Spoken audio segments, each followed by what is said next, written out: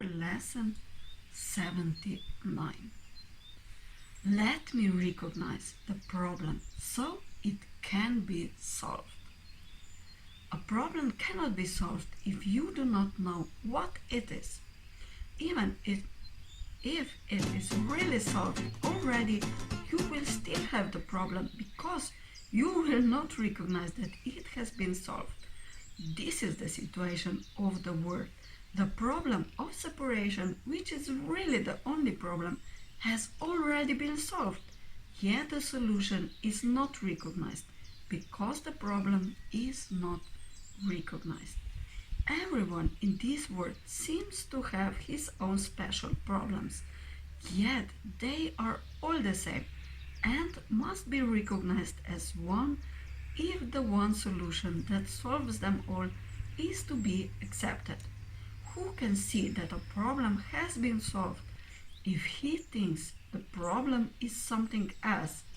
Even if he is given the answer, he cannot see its relevance. That is the position in which you find yourself now. You have the answer, but you are still uncertain about what the problem is.